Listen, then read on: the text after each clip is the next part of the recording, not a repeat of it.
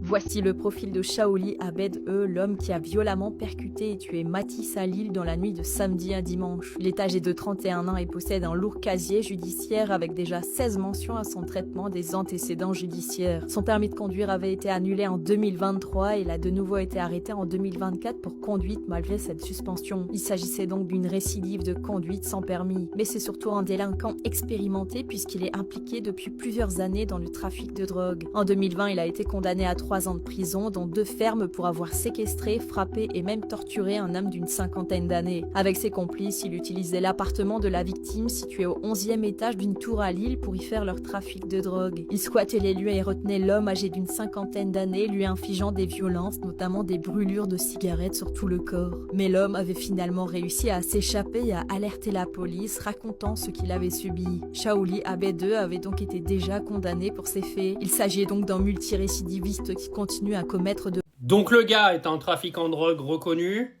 il a plus d'une quinzaine de condamnations, il a fait 2 pauvres années de prison, si j'ai bien compris, et là il a tué un étudiant, parce que monsieur faisait un refus d'obtempérer, s'est fait courser par les flics, et a donc renversé Matisse de plein fouet, pardon.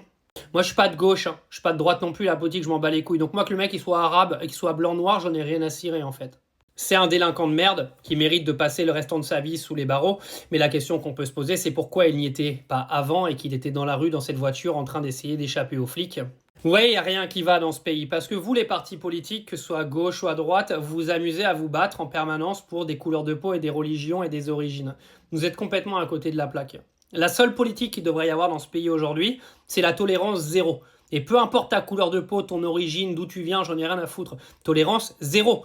C'est arrêtons de mettre de l'argent là où il faut pas, faites des prisons partout dans le pays, et le premier qui fait de la merde et qui met en jeu la vie de quelqu'un, parce que là, avant le Matisse, ils avaient quand même séquestré un gars de 50 ans, mais les gars, ils restent pendant 20 ans en prison. Il y a des pays, vous allez dans ces pays-là, vous marchez de travers, les gars, vous allez en tôle. Et c'est pas de la dictature.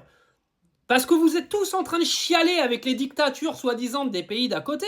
Et là, vous venez chialer des morts parce qu'il y a des mecs qui ont fait 2 ans de prison alors qu'ils vendent de la drogue, qui séquestrent des gens et tout. Et vous allez me dire, mais c'est normal, il a tué personne, donc il fait pas 20 ans de prison. Mais non, ça marche pas comme ça, un pays où la sécurité, elle règne.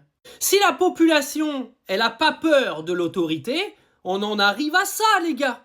Vous pensez que le Matisse, il a demandé à se faire renverser par une voiture ? Mais ça, les gars, il y a plein de pays dans le monde où ça n'existe pas. Hein. Il y en a plein. Mais vous êtes tous en train de pleurer sur l'insécurité, vous êtes tous en train de vous battre pour des partis politiques qui changeront rien de toute façon. Construisez des putains de prisons, arrêtez d'être tolérants avec la justice.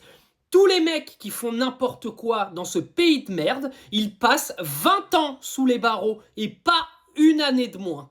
Et arrêtez de me sortir l'excuse de y a pas de place dans les prisons ou je sais pas quoi. Construisez des prisons. Vous allez pas me faire croire que dans ce pays de merde qu'est la France, il y a pas assez de pognon pour construire des prisons. Parce que pour faire réparer des routes et construire des routes alors qu'il n'y en a pas besoin, vous trouvez toujours du pognon. Alors trouvez le pognon pour construire des prisons et foutre les gens dedans.